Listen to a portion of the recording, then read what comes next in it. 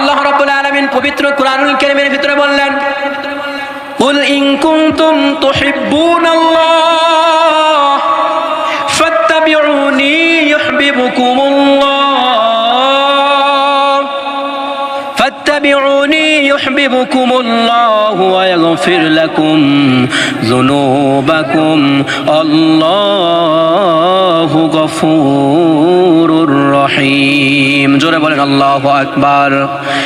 আমার ভাইরা, আল্লাহ রাব্বুল আলামিন পবিত্র কুরআনুল কারীমের ভিতরে সুন্দর করে জানালেন, হে রাসূল আপনি বলুন, কুল ইন কুনতুম তুহিব্বুনাল্লাহ, যারা আমি আল্লাহ তাআলাকে ভালোবাসতে চাই, ফাত্তাবিউনি, তারা যেন আপনি নবীর অনুসরণ করে, আপনি নবীর ইত্তিবা করে। গোটা দুনিয়ার মানুষ জিজ্ঞাসা করলো, আয় আল্লাহ তাআলা, আমরা যদি নবীর অনুসরণ করি, নবীর ইত্তিবা করি, নবীকে যদি আমরা ভালোবাসি, তাহলে আমরা কি পাবো?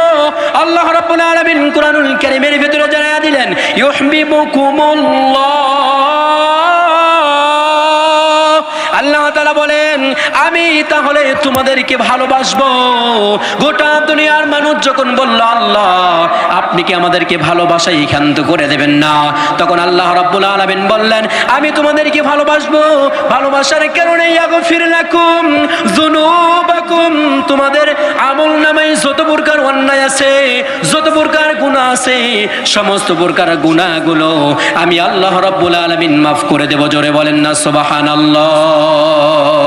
তাহলে বিশ্বনবী মুহাম্মদ রাসূলুল্লাহ সাল্লাল্লাহু আলাইহি সাল্লামকে মুহাব্বত করতে হবে, ভালোবাসতে হবে।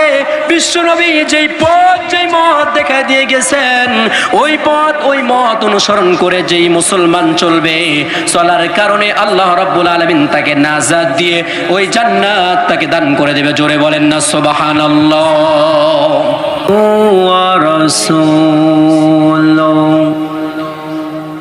الذي أرسله بالحق بشيرا ونذيرا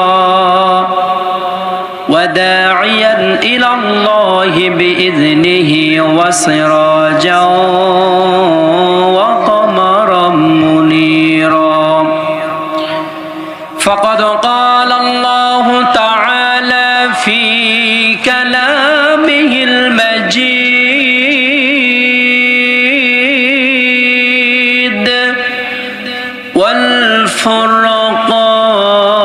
والفرقان